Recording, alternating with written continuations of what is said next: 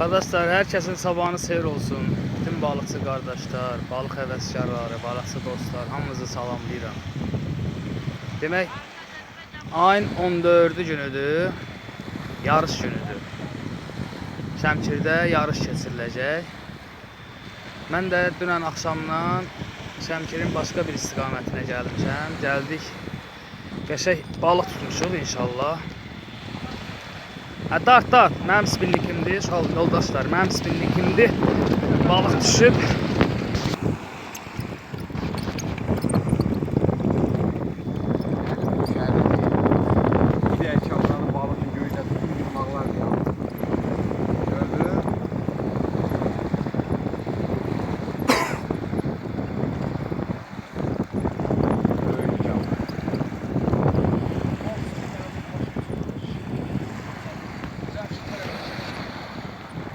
Böyle şey.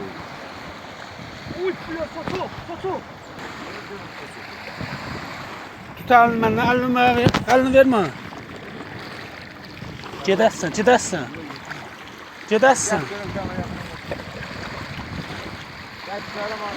Çəkə balığı versək.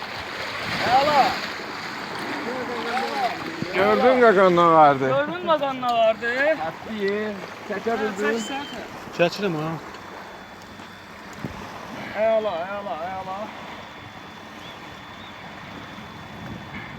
Deyirəm böyükdə inanmırsınız. Bəh. Oy bilet. Rahat 2 kilo var. Ha? Qəşəng. Yarış olmasaydı durub sizdən bura səhərə qədər balıq tutardım.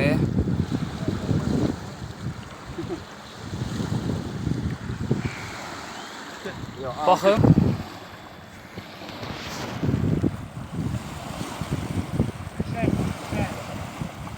Nətərdim mən?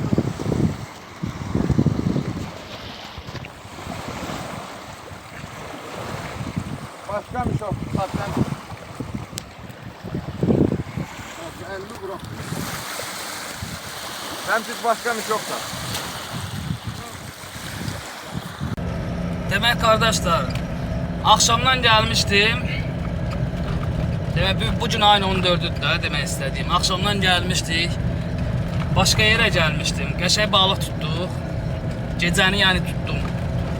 İndi də inşallah səfərim Şəmkirin bu istiqamətində yarış təşkil ediblər. Balıq tutmaq yarışı. Gedirəm oraya inşallah, görək nətər olur, neynir, nə qara bilirik. İnşallah çəkib sizlə də paylaşacağım, sizlə də bölüşəcəm. Yanılmıramsa, Azərbaycanın mərhum prezidenti Heydər Əliyev tərəfindən milli qəhrəman adına layiq görülmüşdür. Və biz bugün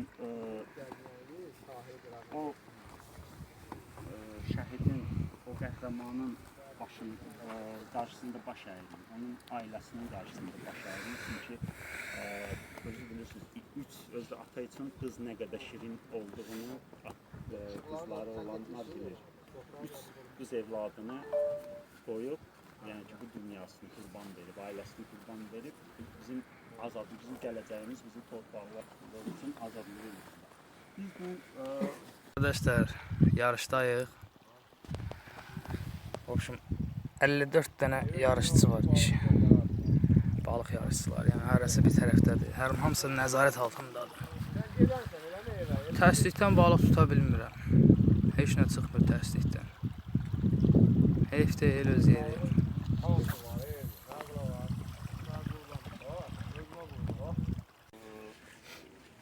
Tam keçmədi, amma hər halda biz